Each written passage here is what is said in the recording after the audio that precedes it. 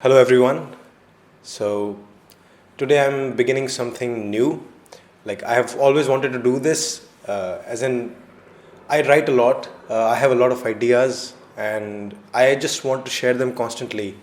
But usually in my in my current method, I can't because those videos are short and they are structured, and I can only get through so much.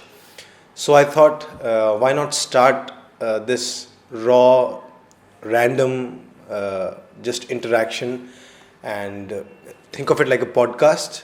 So where I'll just record whatever I'm thinking about and whatever is on my mind on that day probably. So yeah, here it is, and these don't expect that there is going to be any particular theme, not anytime soon. So I'm just seeing what ideas are interesting for people, and what they want to hear more about, so I'll learn along the way. But so far the idea is, if I'm thinking about it, if I'm finding it interesting, and if I'm writing about it, I'll just come and share. So I was thinking about expectations and happiness, and how they are related, and how expectations can affect happiness. So I wrote something down, and I'll just share it.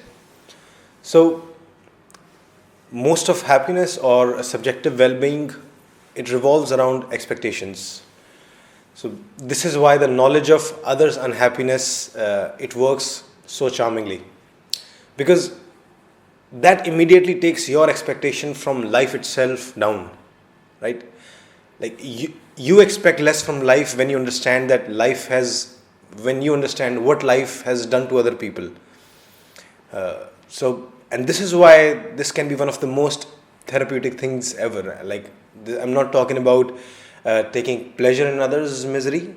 It's about the knowledge of others' misery, and it almost never fails. Like, it's hard to find a situation where it won't work, because whatever your problem, it's almost a principle that millions of others share a similar problem, or at least that category of problems. So, for example, if your child might not like eating broccoli, and every time you try, it takes a lot of nagging, and it ruins your mood before going to bed.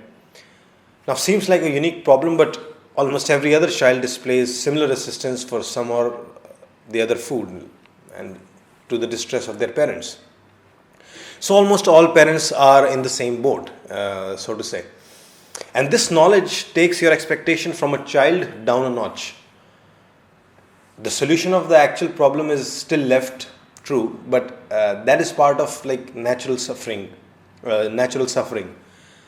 You have, just by knowing that, knowing what other people are going through, and just by knowing that you're not alone, you at least move from deeper unhappiness to, let's say, superficial discomfort. So quite like heat, like you don't get angry at sun being too hot. You accept it as nature, wipe the sweat, and move on. Now, of course, you can try and get air conditioning, but again, this process doesn't cause depression, it only causes discomfort, which is a much lesser evil. So, what I'm essentially saying here is, the bigger the gap between how your life is and how you think normal life is, the higher your pain. Of course, in the cases where the normal seems to be better than yours. So, therefore, the solution has to be redefining of what normal is. Like, we all use heuristics to estimate what a normal life must be. So, like, what does a normal human being do? What do people normally wear first day of college? How do people normally talk when they are negotiating? How do normal boyfriends act when they are annoyed at their girlfriend being too loud? How do normal parents act when a child forgets to put the dishes back into the sink? And more often than not, sadly, our estimates of normal are way off mark. We have no idea about the sheer diversity that exists in human behavior. Also, when things go really wrong in our lives, we just think it must be abnormal, because we hardly see people coming up to us and telling us stories that match our own intensity, the intensity that we have in our mind. Because You are experiencing your own suffering up close, like you see it, feel it, live with it over and over. But you are very distant from what others are feeling. Hence, it's obvious why you would end up thinking your situation is much worse than others. Now, what could be a solution here? Like an ideal solution would look like this. Every day for a few hours, I just look at live videos of people all around the world going through the same situation as mine, like a satellite view of hundreds and thousands of people every day. And also, if I could get proper data on each problem, like as in what percentage of people really go through this, with what intensity, and among those, how many are my friends and how many do I know personally, etc. Like, if you open the screen of your computer and you could see the world map, and on that map there's a marking of every individual going through the same problem, and you can zoom in and see them live as they struggle through it. Now, this solution would probably be impossible to execute, both for technical or ethical reasons, but this sure would do the trick. Like, you'll at least get a real picture of what normal is, and your expectations from life would be much better calibrated, and that would translate into higher life satisfaction. Not only are we blind to the actual miseries of the people in the world, today we seem to be inundated with updates about how well they are doing. Like, that's of course the social media. Most people recognize how depressing it is to go through happy people on your Facebook and Instagram or Snapchat. So, not only we don't know the bad, we keep seeing the good, and that just keeps distorting our image of what normal is. And not just this, movies and TV, they have something to do with this as well. And like, I don't have data to support this, but my experience is this: like, we tend to absorb expectations for good things much better than expectations for bad things from movies and TVs. And this could be the result of the biased representation of life in movies, or maybe our biased memories, I'm not sure. Movies tend to exalt how amazing travel can be, how beautiful love is supposed to be, how badass a gangster life is, or how fun big cars can be, etc. Like, we all have those templates now, but I don't think we have such strong templates for how sad or depressing life can be. Like, when I explore my own memory, I find out that a lot of my own goals in life have been made bigger because of TV and movies.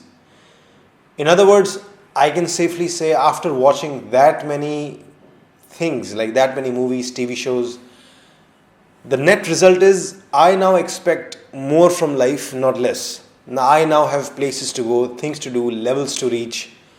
Movies and TV have definitely not encouraged me to just take it easy. Like, they have not done a good job reminding me that even if my life was 10% worse, it would still be amazing in comparison to millions and billions, probably. And it would be an interesting experiment to run. Like, sample A watches movies and TV shows of mainstream production, and sample B watches real life videos of people all around the world. And after 3 months, we test their levels of positive emotions, negative emotions, and life satisfaction. And maybe the sample A can say, yes, we had a lot of pleasure in the moment, but if we talk about their estimates of their own life satisfaction, my hypothesis would be sample B would rate much higher. Just think about it. Like, we can take an example of love. Like, if there were no movies, TV, or books, would you ever have the pictures of love like you do right now? Would you know what to expect out of love? I mean, there would be infatuation, of course. Like, you would have crushes on people, you would feel that chemistry.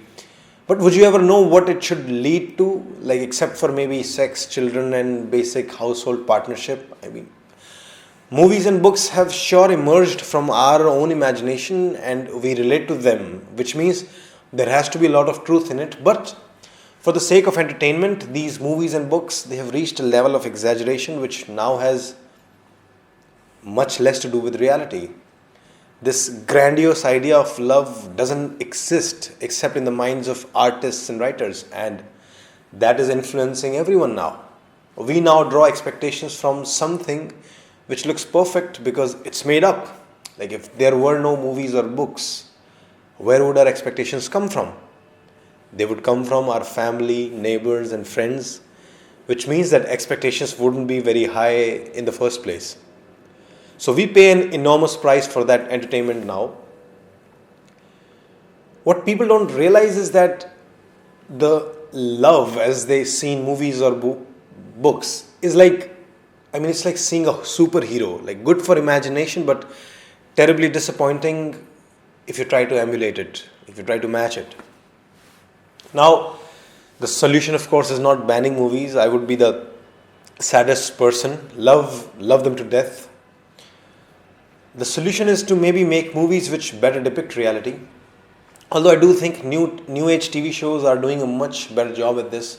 Even the Hindi film, like I remembered it, Kapoor and Sons, it was amazing, so real. Writers are writing stories that are multidimensional, complex, and much closer to reality. Like new web series, they are doing a good job too in this respect. So there is change, but still far away from being truly representative of the reality. And I would say, being a counselor, the field of mental health can also do a better job. If we can find ways to bring stories of real people, their day-to-day sufferings to population at large on a consistent basis, it might bring a change. This can even be done in the therapeutic settings. Counselors can prescribe books about people going through similar problems, or they can just get enough data to just give them a very clear picture of what normal looks like. And I wish there could be a TV show, like that would be the best, like just showing videos and data about real life, real problems, just putting out pure reality with higher and higher precision, appealing to both rational and emotional sides of us. Like that really would be so therapeutic.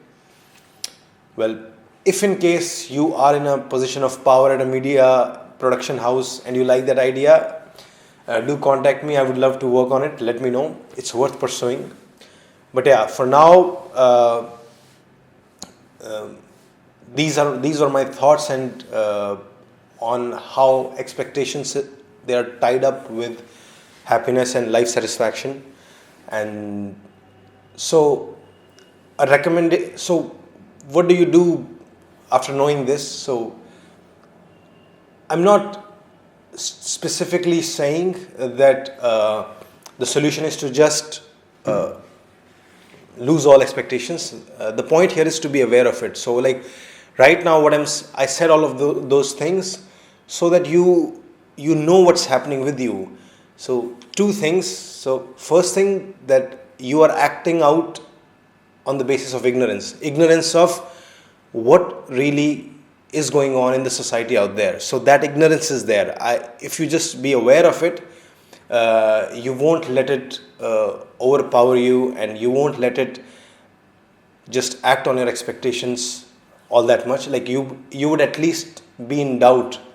You would constantly think, okay, wait, I think people are okay, but wait, let me fact check. Let me maybe go online and find data on it, and let me maybe ask a few people, because really it could just be in your mind that everybody else seems to be okay here, and only my child, only my health, only my life, only my career sucks. So that happens all the time. So being aware of that ignorance that you don't know. And the second would be the influence of media on you, and just influence of the social media feed on you, the influence of TV, movies, obviously, all of those, that, oh, this is happening to me. Like these things are giving me a picture, and this just increased my expectation, and now I want more. And this has happened not because I wanted it originally, I just got an inspiration.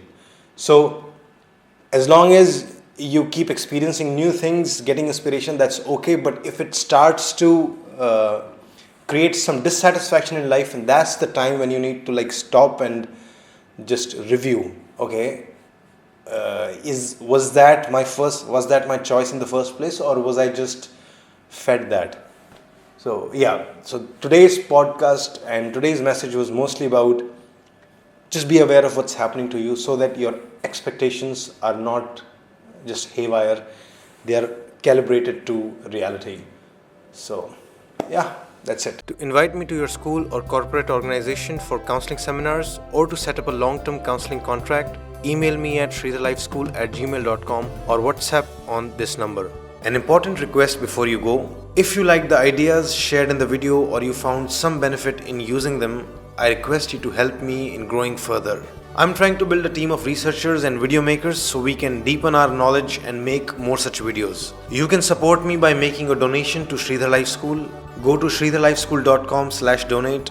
If you're watching on YouTube, you can use the Paytm link shared in the description below. Any amount is welcome. Thanks a lot for all of your support thus far. I really am very grateful.